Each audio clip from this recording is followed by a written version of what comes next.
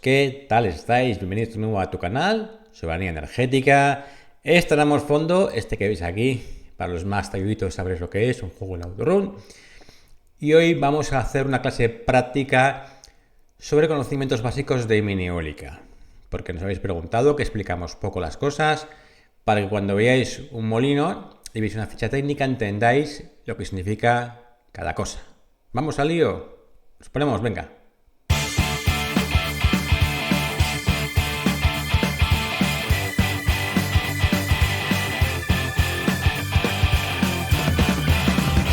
Al lío vamos. No vamos a hablar de los modelos de tipos de aerogeneradores, lo que son eje horizontal, eje vertical, o sea, mixtos, y como vórtices que no tienen aspas, es decir, sin aspas. Por lo cual, porque ya lo hablamos hace unos meses en los tipos de aerogeneradores, así que esa parte la obviamos. Vamos a entender conceptos y definiciones de mini eólica que se aplica a la eólica grande, a la que vemos ahí arriba en los montes o en los parques eólicos. Empezamos con la ley de Betz, que es la que le afecta a todo molino que tenga algún tipo de aspa, sea horizontal o a la vez vertical. Dice que la ley de Betz habla que solo puede convertirse menos del 59% de energía cinética en energía mecánica usando un aerogenerador. Fue formulada por el físico alemán Albert Betz en 1919. Traducido, quiere decir que como máximo un aerogenerador tradicional de aspas horizontal o vertical máximo va a poder aprovechar el 59% de la fuerza mecánica que recibe y transformarla en energía. Ese es el límite que tiene la eólica, la grande y la pequeña. No hay más. Como consecuencia de esto, pues viene el siguiente concepto, que es el coeficiente de potencia, o CP, que lo veréis en algunas fichas que vamos a ver ahora mismo de producto.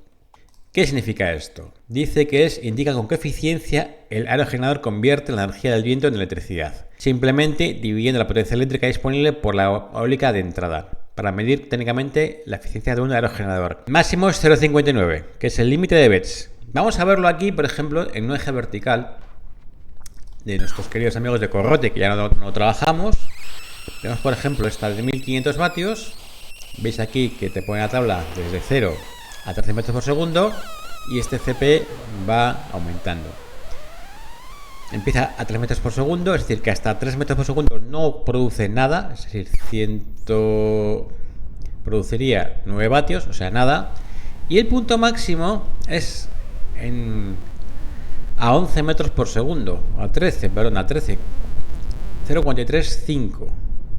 Ainair, aquí en esta tabla del modelo de 70 Pro, esta era el CP, lo vamos viendo, ves que va subiendo desde 0 y el máximo es 0,45. Y como veis, no coincide con el nominal, que es a 11 metros por segundo, que son 4.000 vatios, sino que se queda a 7 metros por segundo. A partir de aquí veis cómo empieza bajando la curva y el nominal te baja a 0,33. A 13 metros a 0,22 va bajando. ¿Lo entendéis, no? No coincide con el nominal. Más conceptos importantes. ¿Qué es el nominal de un aerogenerador? Es algo de perogrullo o la potencia máxima que va a producir cuando alcanza el nominal. A partir de aquí ya depende de cada modelo, que sea a 10, a 9 hay algunos, muy poquitos, 11, 12, 13, incluso algunos a 17 metros por segundo. Ya los de eje vertical de estos diseños últimos que hay por las redes, cuidado con las nominales, Aquí te entenderá que sean por debajo de 12 metros por segundo. ¿Y qué pasa por debajo? Pues es cuando hablamos de las curvas de producción de un molino. Vamos a verlas por aquí, que esto también es donde está aquí la amiga. Por ejemplo, vamos por ejemplo a Ainair. Veis que empieza a producir a partir de 3 metros por segundo. Por abajo no produce nada, 40 vatios. Las curvas son estas sinusoides que veis, tentos esta forma. Si vamos, por ejemplo, a Grif, por ejemplo, lo mismo. Aquí lo veis. Va a depender que sea más pronunciada la subida o no en función del diseño. Vamos, por ejemplo, lo veis aquí, a Corrote. Ya veis que a partir de 8 metros por segundo la subida es muy exponencial, pero hasta entonces ya veis que para conseguir 500 vatios en un modelo de 800 vatios hay que estar a más de 8 metros por segundo. Pero a partir de 8 metros por segundo el incremento ya lo veis como sube.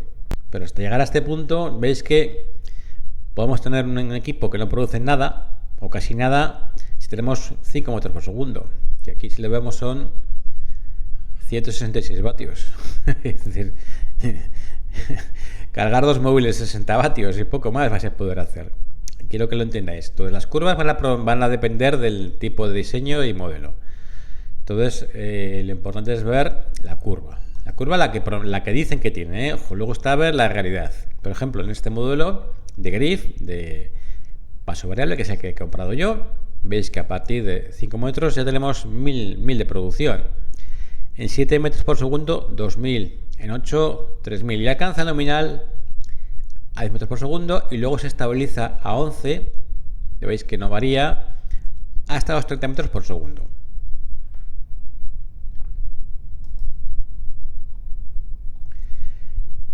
Si vemos las fichas de los fabricantes, vamos a entender que son las RPM, las revoluciones por minuto. Como te pone un fabricante que su molino, por ejemplo, vamos a Enaer, tiene, a ver aquí si lo vemos por aquí, tiene que verlo por aquí, si esto lo he visto yo, ¿Qué quiere decir esto? Que son las vueltas por minuto que gira el molino cuando alcanza la velocidad nominal. Vamos a verlo, aquí se va a ver mucho más claro en el corrote, por eso nos gustaba la marca, está muy bien explicada, el problema era la empresa. Veis cómo va subiendo, por ejemplo, en este módulo de 2800 vatios, cuando está a 0 metros por segundo, 0, cuando hay 1,20 m, cuando hay 2,39 va subiendo hasta el máximo, que el nominal son 12 o 13 y alcanza 250 revoluciones. Área de barrido, lo siguiente concepto. Área de barrido sería pues una superficie que es 1 metros cuadrados. Por ejemplo, en este caso, en el de 5 kilovatios de Grif, son 24 metros cuadrados. Sería todo este círculo de aquí. Vamos ya a conceptos en cuanto a cuándo empieza a funcionar un molino y cuándo deja de hacerlo. Es algo importante, lo veremos en el siguiente capítulo. Ahora vamos a explicar qué significa cada concepto. El Start Wind Speed, o lo que se llama también Cutting Speed, quiere decir la velocidad a partir de la cual empieza a girar el molino. Girar no es producir. Normalmente empiezan a producir a partir de 3 metros, 3,5, pero muy poquito. Aquí tenemos un 2,5, por ejemplo, en Enaer, por ejemplo, tenemos velocidad de arranque 2 metros de arranque, no de producción, sino que empieza a moverse. Siguiente concepto, velocidad nominal, pues a la velocidad a la que consigue la potencia nominal o máxima. En este caso son 4500 vatios, lo ponen ellos aquí, 4000, perdón. En el caso de Grif son 5, aquí lo veis, 5 en el normal y 5 en el eje variable, lo mismo, 5. Y el tercer concepto sería el cutout speed. Tenemos el cut-in, el cutout.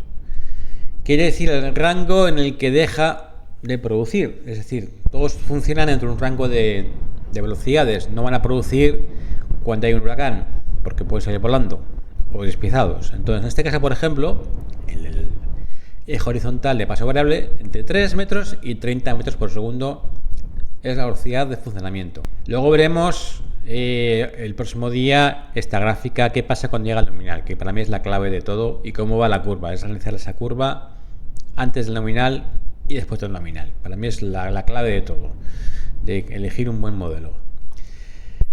Y luego está lo que llaman la velocidad de supervivencia. En este caso sería la Safety Wind Speed o Survival Speed en inglés, lo veréis. Aquí en este caso son 60 metros por segundo, son más de 200 km por hora. Quiere decir, a partir de esa velocidad, el molino ya puede salir despiezado en trozos, en cachos o aparecer a 1 kilómetro de distancia. Seguimos con conceptos. Bien, tenemos ya un generador, da igual que sea horizontal o vertical. Bueno, y ahora ¿cómo lo conectamos esto? ¿Qué opciones tenemos? ¿O cómo baja o cómo se genera energía en un molino? Pues normalmente son unos generadores permanentes de imanes trifásicos. ¿Qué quiere decir? Que saldrán del aerogenerador 3 hilos o 3 cables.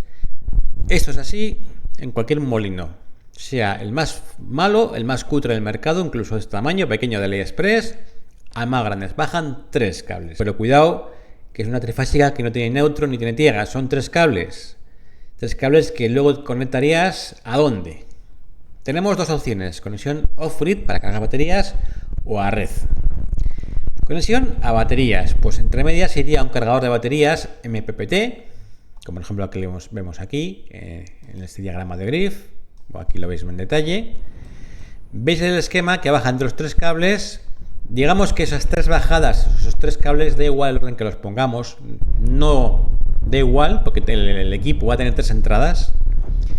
Y en este caso le conectamos, si sale en continua, pues una batería a un positivo y negativo. Y luego tenemos lo que se llama, eso sí es impepinable, en los modelos ya que tienen algo de valor, o los buenos, una resistencia de frenado. En inglés es dump blowout, lo veis aquí. ¿Qué es una resistencia de frenado? Pues un equipo que absorbe la energía del molino cuando hay una velocidad excesiva y lo para. Las funciones de parada. Segundo, conexión a red. Bajamos los 3 cables del generador y lo conectamos, voy a ampliarlo aquí, a un controlador de red. ¿La veis aquí, no? 3 entradas, sale en continua. Aquí tenemos la resistencia de frenado, o tenemos la zona híbrida, que en este caso la usaremos aquí. Lo mismo, bajamos al controlador de red. Aquí veis, esto rojo es la seta de parada, el controlador, la resistencia de frenado, y inyectamos esa salida en continua a un inversor DG por entrada fotovoltaica. Y ya de aquí cargamos a cargas, a red o a batería, a lo que queramos. Con lo cual queda claro que conectaríamos a red o en baterías. Importante, la conexión a baterías normalmente suele ser a 12, bueno, hay poquitos, 24 o 48 voltios, y normalmente está disponible para equipos de menos de 1 kilovatio. En Grif, por ejemplo, es así. Menos de 1 kilovatio no tenemos esta opción. Más de 1 kilovatio, sí. Y no quiero hacer más largo este vídeo, pero creo que hacía falta explicar esas definiciones, esos conceptos básicos. Luego ya veremos cómo aplicarlos a la hora de elegir un buen molino, que hay que tener en cuenta. Será en el siguiente vídeo. Ya veré si lo he dividido en 2 tipos, horizontal y vertical. Quizá lo juntemos todo, por abreviar. Pero lo importante es que sepáis los conceptos. Que lo ha quedado claro. Si tenéis dudas, por favor escribidlas en los comentarios, en los comentarios. También os pediría que os suscribáis al canal, los que no estéis, que activéis la campanita de avisos y por supuesto, dadle me gusta al vídeo. Así que insisto, preguntas, hacerlas, pues si hay dudas. Yo espero que ya os quede mucho más claro los conceptos básicos de eólica o mini eólica, porque esto se aplica a la grande como a la pequeña, esto que os hemos hablado. Y por lo menos compréis o no compréis, o sepáis de qué estamos hablando, que no hablo yo. El Q-in speed, el Q-out, velocidad de supervivencia, área de barrido, conexión de red, conexión a baterías. Que os queden claros los conceptos básicos, porque es la base para que luego podamos elegir un buen molino que funcione, porque es lo importante. Que baratos hay miles, y lo que pensáis que es caro, yo digo que es barato ya de antemano. Pues chicos, venga, un saludo, hasta el próximo vídeo, adiós.